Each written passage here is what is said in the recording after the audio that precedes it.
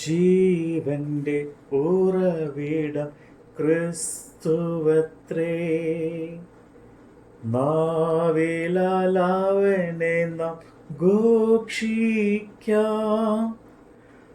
അവനത്രേ N പാപഹാരൻ, തൻ ജീവനാൽ എന്നെയും വീണ്ടെടുത്തു. അവനത്രേ എൻ പാപഹാരൻ, തൻ ജീവനാൽ എന്നെയും വീണ്ടെടുത്തു. മത്തായി എഴുതിയ സുവിശേഷം 16-ാം അധ്യായം. അനന്തരം പരീശന്മാരും സാദുക്യരും അടുക്കൽ വന്നു. ആകാശത്തു നിന്ന് ഒരു അടയാളം കാണിച്ചു തരണമെന്ന് അവനെ പരീക്ഷിച്ച് ചോദിച്ചു. അവരോട് അവൻ ഉത്തരം പറഞ്ഞത്, സന്ധ്യാസമയത്ത് ആകാശം ചുവന്നു കണ്ടാൽ നല്ല തെളിവാകുമെന്നും രാവിലെ ആകാശം മൂടി ചുവന്നു കണ്ടാൽ ഇന്ന് മഴക്കോൾ ഉണ്ടാകുമെന്നും നിങ്ങൾ പറയുന്നു. ആകാശത്തിന്റെ ഭാവം വിവേചിപ്പാൻ നിങ്ങൾ അറിയുന്നു, എന്നാൽ കാലലക്ഷണങ്ങളെ വിവേചിപ്പാൻ കഴിയുകയില്ലയോ? ദോഷവും വ്യഭിചാരമുള്ള തലമുറ അടയാളം തിരയുന്നു. യോനയുടെ അടയാളമല്ലാതെ അതിന് അടയാളം ലഭിക്കുകയില്ല. പിന്നെ അവൻ അവരെ വിട്ടുപോയി. ശിഷ്യന്മാർ അക്കരെ പോകുമ്പോൾ അപ്പം എടുപ്പാൻ മറന്നുപോയി. എന്നാൽ യേശു അവരോട്, നോക്കുവിൻ, പരീശന്മാരുടെയും സാധുക്കളുടെയും പുളിച്ച മാവ് സൂക്ഷിച്ചു കൊള്ളുവിൻ എന്ന് പറഞ്ഞു. അപ്പം കൊണ്ടുപോരാകിയാൽ ആയിരിക്കും എന്ന് അവർ തമ്മിൽ പറഞ്ഞു. അത് അറിഞ്ഞിട്ട് യേശു അവരോട്, അല്പവിശ്വാസികളെ, അപ്പം കൊണ്ടുപോരാകിയാൽ തമ്മിൽ പറയുന്നത് എന്ത്? ഇപ്പോഴും നിങ്ങൾ തിരിച്ചറിയുന്നില്ലയോ? 5000 പേർക്ക് 5 അപ്പം കൊടുത്തിട്ട് എത്ര കുട്ട എടുത്തു എന്നും 4000 പേർക്ക് 7 അപ്പം കൊടുത്തിട്ട് എത്ര വട്ടി എടുത്തു എന്നും ഓർക്കുന്നില്ലയോ? പരീശന്മാരുടെയും സാധുക്കളുടെയും പുളിച്ച മാവ് സൂക്ഷിച്ചു കൊള്ളണം എന്ന് പറഞ്ഞത് അപ്പത്തെക്കുറിച്ചല്ല എന്ന് തിരിച്ചറിയാത്തത് എന്ത്?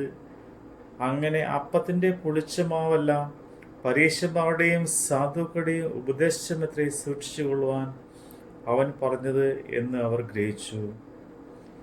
യേശു ഫിലിപ്പിൻ്റെ കൈസരിയയുടെ പ്രദേശത്ത് എത്തിയ ശേഷം തൻ്റെ ശിഷ്യന്മാരോട്, ജനങ്ങൾ മനുഷ്യപുത്രനെ ആർ എന്ന് പറയുന്നു എന്ന് ചോദിച്ചു. ചിലർ യോഹന്നാൻ സ്നാപകൻ എന്നും, ചിലർ ഏലിയാവെന്നും, വേറെ ചിലർ യിരെമ്യാവോ പ്രവാചകന്മാരിൽ ഒരുത്തനോ എന്ന് പറയുന്നു എന്ന് പറഞ്ഞത് എന്ന് അവർ പറഞ്ഞു.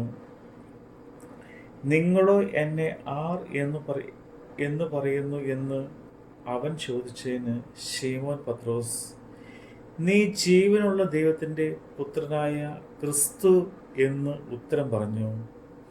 യേശു അവനോട്, ബർയോന ശീമോനെ, നീ ഭാഗ്യവാൻ. ജഡരക്തങ്ങൾക്കല്ല, സ്വർഗസ്വനായ നിന്റെ പിതാവത്രേ നിനക്ക് ഇത് വെളിപ്പെടുത്തിയത്. നീ പത്രോസ് ആകുന്നു. ഈ പാറമേൽ ഞാൻ എൻ്റെ സഭയെ പണിയും. പാതാള ഗോപുരങ്ങൾ അതിനെ ജയിക്കുകയില്ല എന്ന് ഞാൻ നിന്നോട് പറയുന്നു. സ്വർഗരാജ്യത്തിൻ്റെ താക്കോൽ ഞാൻ നിനക്ക് തരുന്നു. നീ ഭൂമിയിൽ കെട്ടുന്നതൊക്കെയും സ്വർഗത്തിൽ കെട്ടപ്പെട്ടിരിക്കും. നീ ഭൂമിയിൽ അഴിക്കുന്നതൊക്കെയും സ്വർഗത്തിൽ അഴിഞ്ഞിരിക്കുമെന്ന് ഉത്തരം പറഞ്ഞു. പിന്നെ താൻ ക്രിസ്തു ആകുന്നു എന്ന് ആരോട് പറയാതിരിപ്പാൻ ശിഷ്യന്മാരോട് കൽപ്പിച്ചു. അന്ന് മുതൽ യേശു താൻ യെരൂശലേമിൽ ചെന്നിട്ട് മൂപ്പന്മാർ, മഹാപുരോഹിതന്മാർ, ശാസ്ത്രിമാർ എന്നിവരാൽ പലതും സഹിച്ചു, കൊല്ലപ്പെടുകയും 3-ാം നാൾ ഉരുത്തെഴുന്നേൽക്കുകയും വേണ്ടത് എന്ന് ശിഷ്യന്മാരോട് പ്രസ്താവിച്ചു തുടങ്ങി.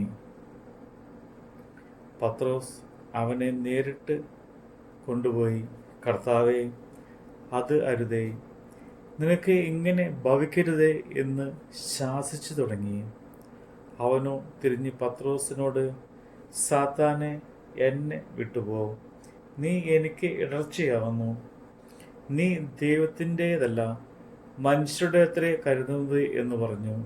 പിന്നെ യേശു ശിഷ്യന്മാരോട് പറഞ്ഞത്, ഒരുത്തൻ തൻ്റെ പിന്നാലെ വരുവാൻ ഇച്ഛിച്ചാൽ തന്നെത്താൻ തേച്ച് തൻ്റെ കുരിശെടുത്ത് എന്നെ അനുഗമിക്കട്ടെ.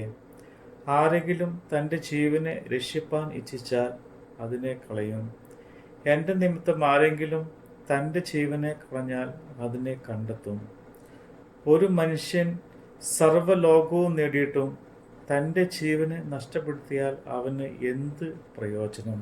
അല്ല, തൻ്റെ ജീവനെ വീണ്ടുകൊള്ളുവാൻ മനുഷ്യൻ എന്ത് മറുവില കൊടുക്കും? മനുഷ്യപുത്രൻ തൻ്റെ പിതാവിൻ്റെ മഹത്വത്തിൻ്റെ തൻ്റെ ദൂതന്മാരുമായി വരും. അപ്പോൾ അവൻ ഓരോരുത്തരും അവനവൻ്റെ പ്രവൃത്തികൾക്ക് തക്കവണ്ണം പകരം നൽകും. മനുഷ്യപുത്രൻ തൻ്റെ രാജ്യത്തിൽ വരുന്നത് കാണുവോളം മരണം ആസ്വദിക്കാത്തവർ ചിലർ ഈ നിൽക്കുന്നവരിലുണ്ട് എന്ന് ഞാൻ സത്യമായിട്ട് നിങ്ങളോട് പറയുന്നു. നമ്മുടെ കർത്താവിൻ്റെ വചനമാണ് നമ്മൾ കേട്ടത്.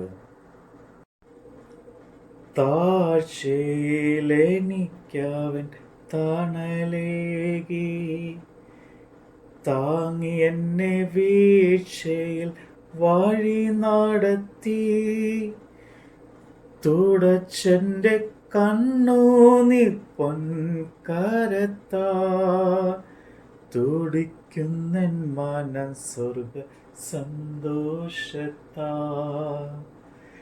തുടച്ചെൻ്റെ കണ്ണുനീർ പൊൻകരത്താ, തുടിക്കുന്നൻ മനം സ്വർഗ സന്തോഷത്താ, കര കാണാതാഴി വലയുവോരേ, കരുണയെ കാംക്ഷിക്കും മൃതപ്രായരേ, വരികവൻ ചാരത്ത് ബന്ധിതരേ, തരുമാവൻ കൃപ മന ശാന്തിയതും, വരികവൻ ചാരത്ത് ബന്ധിതരേ, തരുമാവൻ കൃപ മന ശാന്തിയതും.